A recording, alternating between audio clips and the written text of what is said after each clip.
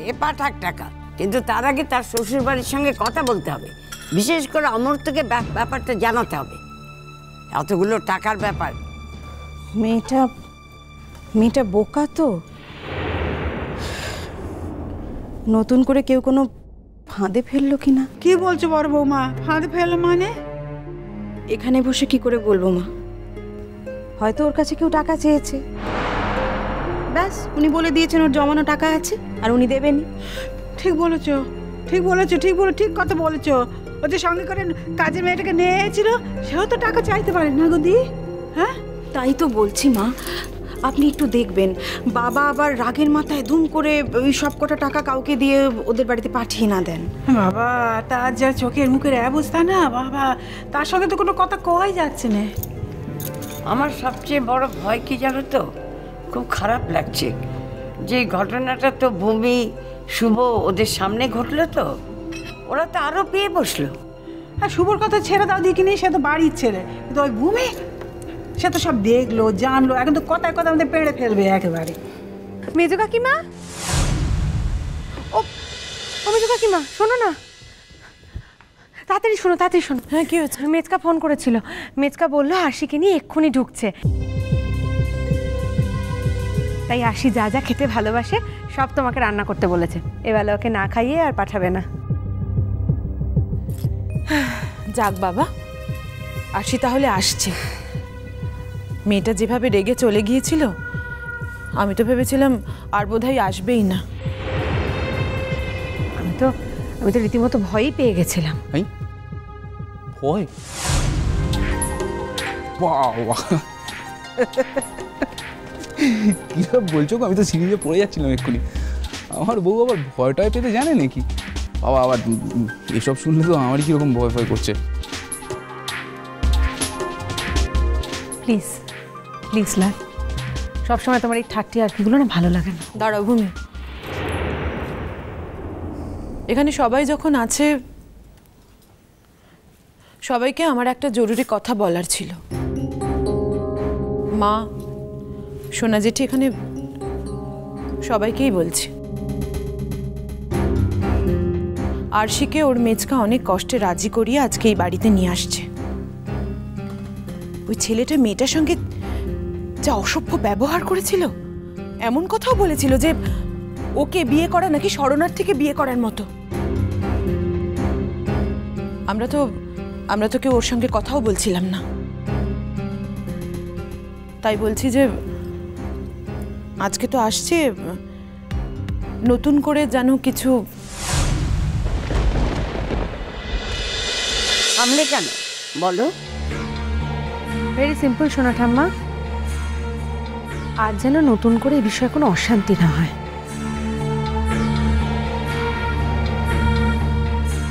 ও, আমরা বুঝি অশান্তি করি? হ্যাঁ, সেদিন বুঝি আমরা অশান্তি করছিলুম যে তুমি আমাদের বলছো? মা, আচ্ছা মা, বসুন এখানে। বাতাসে তো কত রকম কথা ওরে, সব কথা কি গায়ে মাখতে আছে? আপনিও যেমন। প্লিজ দিদি ভাই, আমি জোর হাত করে বলছি, এবার তোমরা সবাই দাঁড়িয়ে থেকে আমার ছেলেটার বিয়ে দিয়ে দাও।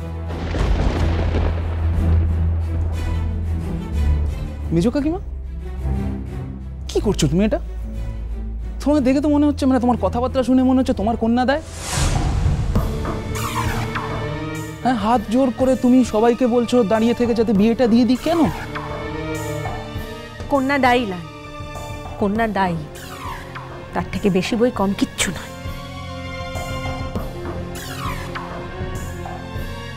যে ছেলের প্রথম বিয়েটা এরকম ভাবে ভুলভাল হয়ে যায়, তার আবার।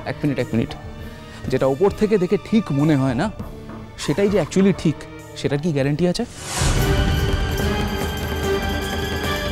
মানে না, ইন জেনারেল বলছি, জেনারেলি 99.99% অফ দ্য টাইমস তুমি যা যা বলছো ঠিক, মানে তোমার যেটা অ্যাপারেন্টলি দেখে ঠিক মনে হচ্ছে সেটা অ্যাকচুয়ালি ঠিক, সেটা তো নয়।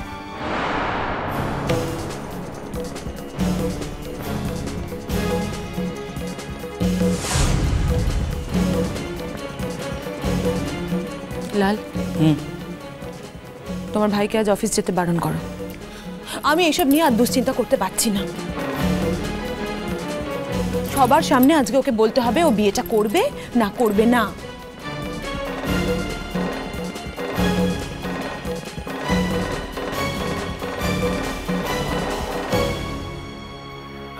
ঠাম্মা, শোনো ঠাম্মা, আমি বেরোলাম। না,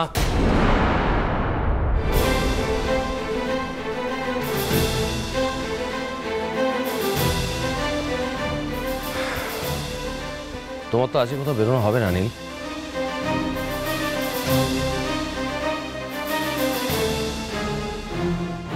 দেখছো তো আরশি এসছে, মামুনি এসছে। শোনো নীল, সেদিন তুমি মেয়েটাকে যেভাবে ইনসাল্ট করেছিলে বাড়ির এতগুলো লোকের সামনে দাঁড় করিয়ে, তার জন্য নিজে থেকে তো অ্যাপোলজি চাওনি। আচ্ছা, একটা গোটা জীবন নীল এভাবে চলতে পারে না, এটা তুমি কেন বুঝতে পারছো না? তোমাকে তো কোথাও একটা থামতে হবে, কোথাও একটা দাড়ি টানতে হবে তোমায়।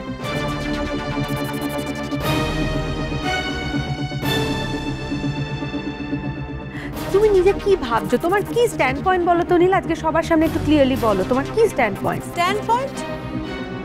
এখানে স্ট্যান্ড পয়েন্ট কথাটা উঠছে কি করে আমি তো সেটাই বুঝতে পারছি না। কিসের স্ট্যান্ড পয়েন্ট?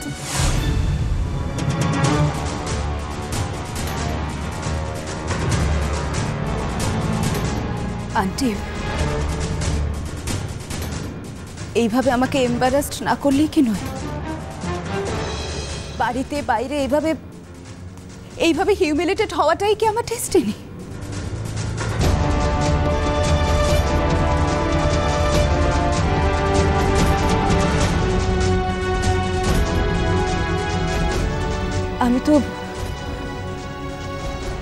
আমি তো সব সম্পর্কই গুটিয়ে ফেলেছিলাম। কেন আবার আমাকে আঙ্কেল ডাকলেন আমি তো সেটাই জানি না। তবে আঙ্কেল তো একজন সিনিয়র মানুষ, ওনার মুখের উপর আমি না করি কি করে? দেখো, বিয়েটা একটা সারা জীবনের ব্যাপার, সেটা নিয়ে এত টানা হাজরা, এত তর্ক বিতর্কের মধ্য দিয়ে কি হয়? হয় না। হয় কি হয় না সেটা জানা চূড়ান্ত সময় এখন এসে গেছে সোনা জেঠি। আর আমি এর শেষ দেখে ছাড়ব। সবাইকে বললাম এটা। নীল, তুমি আমার একটা কথা বলো তো, এই মুহূর্তে বলবে তুমি এক্স্যাক্টলি কি চাইছো? পরিষ্কার করে বলবে। বাবা, আজকে আমার অফিস যাওয়াটা খুব ইম্পর্টেন্ট। আরে মারো গুলি তোমার অফিসের।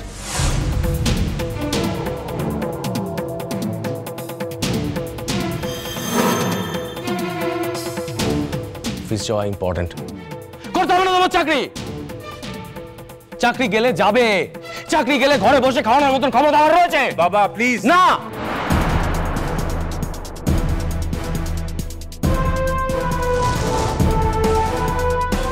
একটাও কথা বলবে না। আজ যে ফয়সলাটা করতে চাইছি সেটা না করে তুমি এখান থেকে কোথাও বেরোতে পারবে না। আর একটা কথা মনে রেখো, তোমার এই সিদ্ধান্তের উপর আমাদেরও অনেকগুলো সিদ্ধান্ত নির্ভর করছে। সিদ্ধান্ত? নিশ্চয়ই নিশ্চয়ই। শেষ মুহূর্তে তুমি ছোট লোক মেয়েটা করতে শিখলেও আমরা সেটা করতে পারবো না। নীল,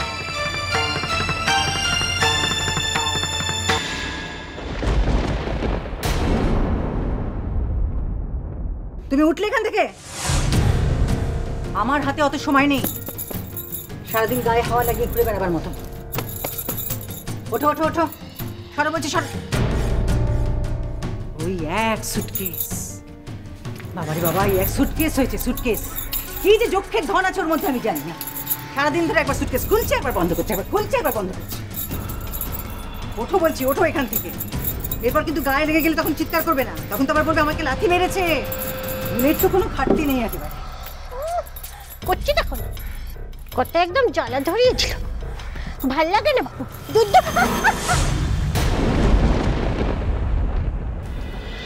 টাকা